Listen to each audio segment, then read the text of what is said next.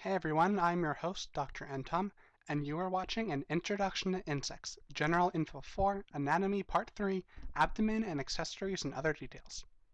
This is the third part in my General Info 4 trilogy. My last two videos featured the other parts of the insect's body, the head and thorax respectively. This third and final anatomy video will cover the abdomen and the systems inside it, insect strength, and ectothermy versus endothermy. In part 1 of this trilogy, I mentioned that insects have a total of 3 segments.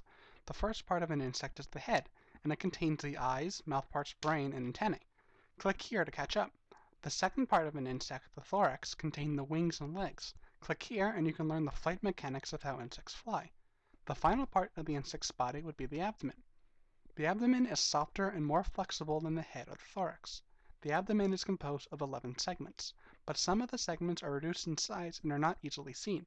The dorsal or upper surface of the abdomen is called the tergum, while the ventral or lower side is called the sternum.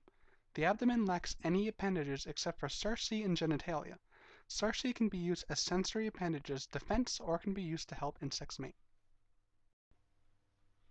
Insects, just like us humans, contain many different systems inside of them. So like us, they have an endocrine system, a respiratory system, a circulatory system, a digestive and excretory system, and a reproductive system. These systems are very complicated, so I will cover them in detail on a different date in another video. So for now, I will quickly cover them. The endocrine system maintains homeostasis, coordinate behavior, and regulates growth, development, and other physiological activities. The respiratory system allows the insects to breathe. The respiratory system is composed of a complex network of tubes called the tracheal system. Insects breathe through holes in their bodies called spiracles.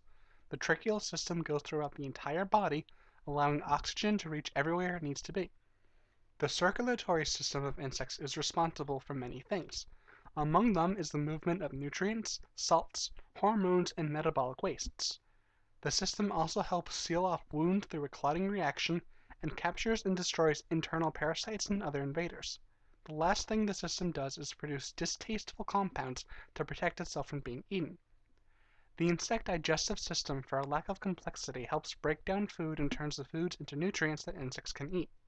The reproductive system of insects are similar in structure and function to those of vertebrates.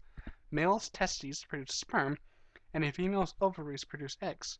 Some insects reproduce through parthenogenesis, or a form of asexual reproduction where babies are clones of the mother. Some of these species alternate between sexual and asexual reproduction. Phew, still with me so far? I have 2 things left to say. Now let's talk about muscles.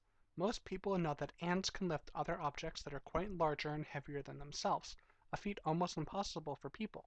So how does that work? First, the insect's muscles are attached inside the exoskeleton, which offers tremendous leverage.